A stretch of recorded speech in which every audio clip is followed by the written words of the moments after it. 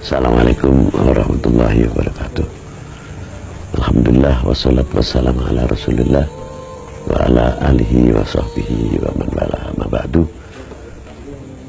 Peringatan Maulidin Nabi SAW adalah bagian ucapan terima kasih kita yang tiada terhingga kepada baginda Nabi SAW. Peringatan Maulud bukan sekadar peringatan, karena tanpa sebab Maulud tidak mungkin adanya bi'tsatun Nabi, risalatun Nabi. Dengan adanya Maulid Nabi, adanya bi'tsatun Nabi, risalatun Nabi sallallahu alaihi wasallam. Perjalanan risalah sehingga turunnya nuzulul Al-Quran dan Al-Islam yang dibawa oleh baginda Nabi sallallahu alaihi wasallam, sehingga kita mengerti tentang al-iman, Islam, ihsan, mengerti Al-Quran, mengerti isinya Al-Quran dan sunnatun Nabi sallallahu alaihi wasallam, serta bagaimana perjuangan baginda Nabi sallallahu alaihi wasallam adalah daripada barakah Maulid Nabi sallallahu alaihi wasallam.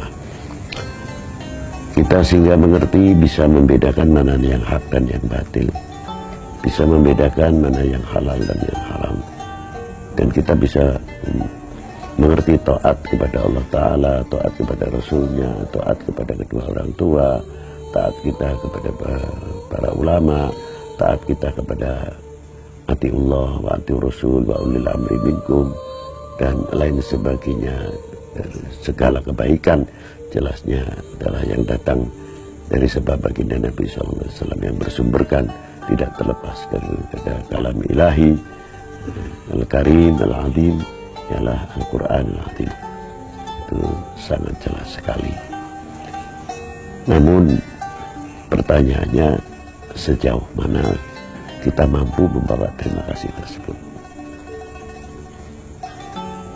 Sejauh mana kita memanfaatkan terima kasih itu untuk mengawal kehidupan kami sehingga mencapai apa yang disebutkan dalam Al-Quran, la'in syakartum la'azidannakum. Nah, jelas terima kasih itu tidak sekadar di dunia saja, pasti sampai akhirat. Terima kasih yang kecil saja, kita mengucapkan terima kasih kepada jasa kedua orang tua kami khususnya. Bagaimana jerih payahnya khususnya orang tua kita, dari mulai yang tidak mampu sampai yang mencapai kemampuan dalam bisnis atau dalam dunia pertanian dan lain sebagainya. Merintis dari nol besar, ada yang nol kecil. Jerih payah beliau tidak sia-sia.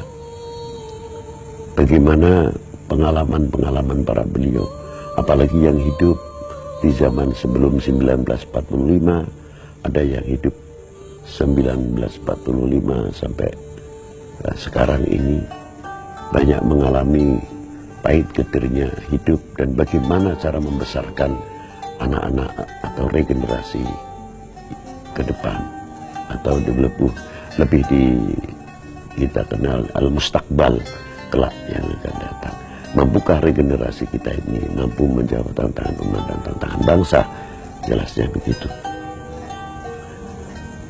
Yang demikian pasti banyak dialami oleh orang tua kami yang mungkin sekolahnya tidak sampai karena suatu keberadaan, dan ada kalanya yang beliau mampu bisa mencapai ke perguruan tinggi ataupun paling tidak SMA, SMP pada waktu itu. Itu sudah sangat syukur kepada Allah Subhanahu wa Ta'ala. Namun sarana, fasilitas, semuanya masih serba kurang dan lain sebagainya, jelasnya begitu. Harapan satu-satunya orang tua kami adalah regenerasinya.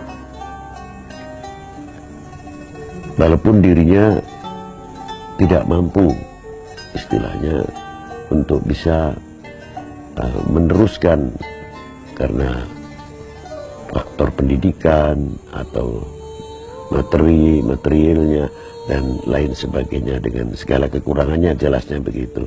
Tumpuan itu pasti diharapkan ke anak-anaknya untuk mampu bisa menjawab tantangan bangsa, tantangan umat ini jelasnya ke depan. Nah, apakah kita ini golongan anak-anak yang akan mengecewakan kedua orang tua? Apakah itu yang disebutkan terima kasih kepada kedua orang tua? Pastinya kita menjawab tidak. Harusnya kita selaku anak mempunyai cita-cita, bahkan sampai berdoa, ya Allah, berikanlah kedua orang tua kami umur panjang serta sehat walafiat, diberi kemudahan di dalam mencari rezeki, di dalam dunia pertanian dan lain sebagainya, paling tidak untuk membesarkan putra-putranya. Jangan sampai para beliau itu diambil dahulu sebelum aku membahagiakan kepada kedua orang tua. Itu baru orang tua. Mungkin seandainya Gunung Ciremai atau Gunung Karang atau Gunung Pangrango dijadikan emas untuk membalas jasa kedua orang tua, belum apa-apa. Kita kembali sekarang kepada ulama-ulama terdahulu. Jerih payahnya bagaimana beliau mensyiarkan al-Islam dengan akhlaknya, dengan adabnya yang luar biasa. Karena beliau berhasil di dalam mensyiarkan Islam, khususnya di Jawa ini, di Indonesia ini, yang paling ampuh senjata adalah akhlakul karimah. Akhlakul karimah bagian daripada rahmatan lil alamin. Itulah senjata yang paling ampuh. Bagaimana Rasulullah ketika dicaci maki, Rasulullah tidak pernah membalas caci maki. Bahkan yang tukang meludahi ketika beliau lewat oknum tersebut, tukang meludahi Rasulullah, dicari kok tidak ada, tumben kemana, kata mendengar sakit. Bahkan Rasulullah memberikan kurma yang paling baik. Dan seterusnya, cerita ini sudah sangat populer. Begitulah indahnya baginda Nabi SAW.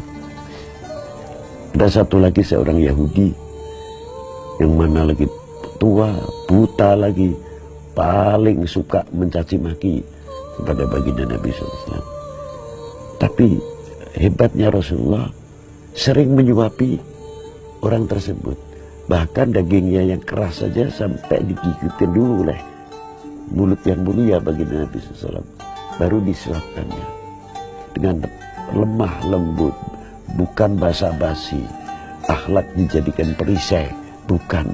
Tapi akhlak memang itu pakaian sehari-hari, dari dohir sampai batin, akhlak yang baik. Maka menyentuh, bukan akhlak sebagai pakaian saja. Akhirnya setelah Rasulullah SAW wafat, digantikan oleh Sayyidina Abi Bakar As-Siddiq radhiyallahu ta'ala anhu.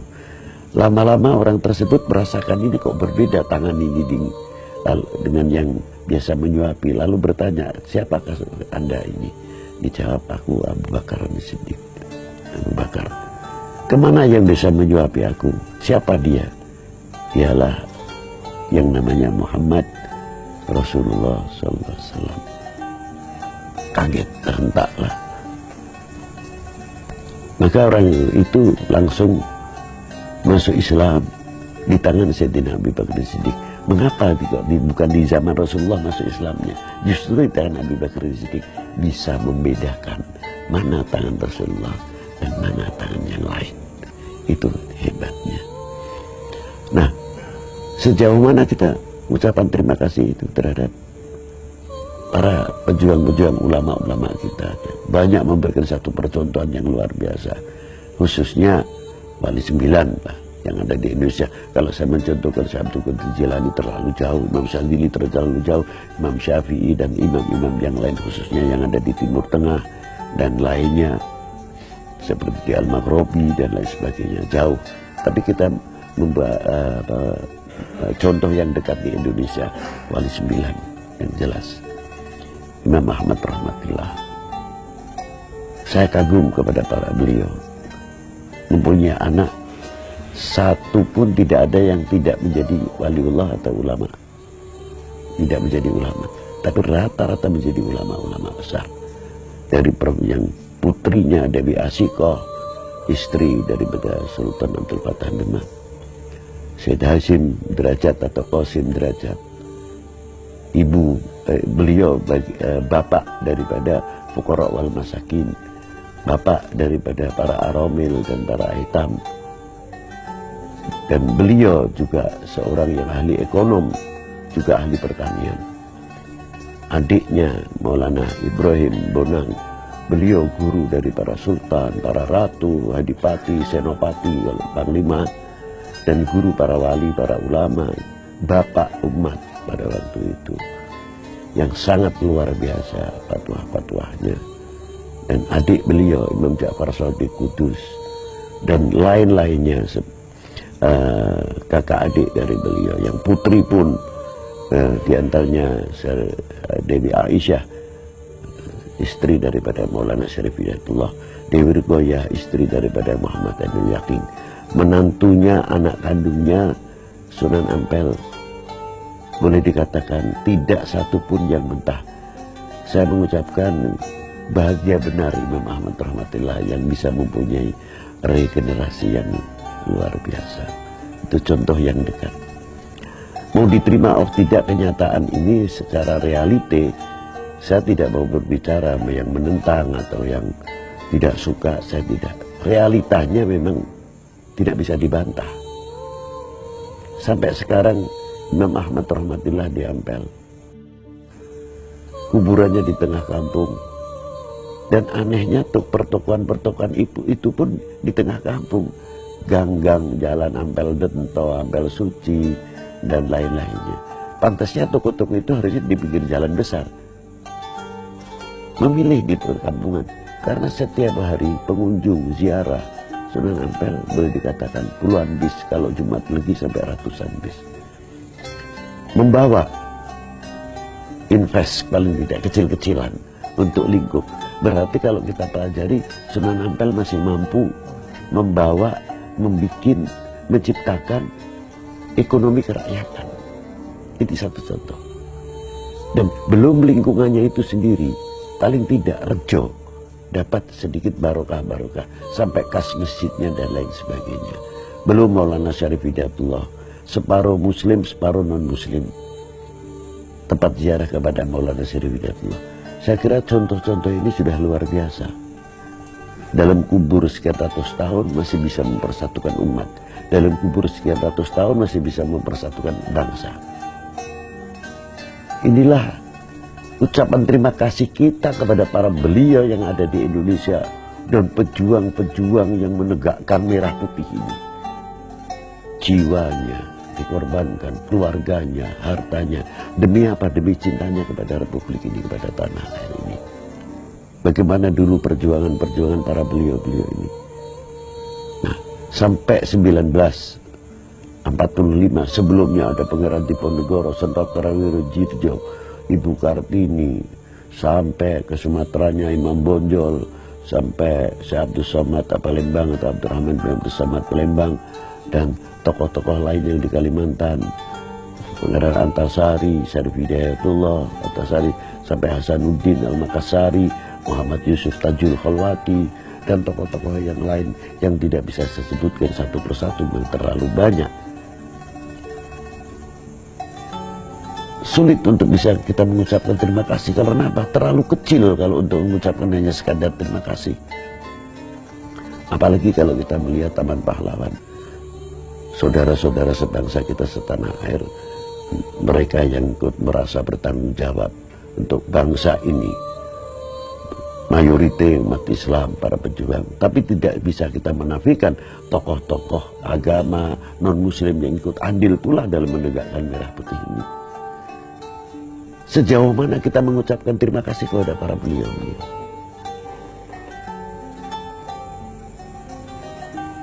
Dan setelah itu atau sebelum para beliau-beliau itu, sebelum 1945 dan setelah 1945,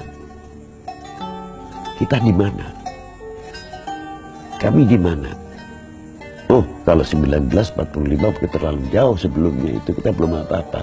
Ya kita tanyakan setelah 1945 ke atas, kita pernah berbuat apa, sejauh mana paling tidak kita telah mengisi kemerdekaan ini yang telah ditinggalkan oleh para beliau. Bagian daripada ucapan terima kasih kepada para beliau.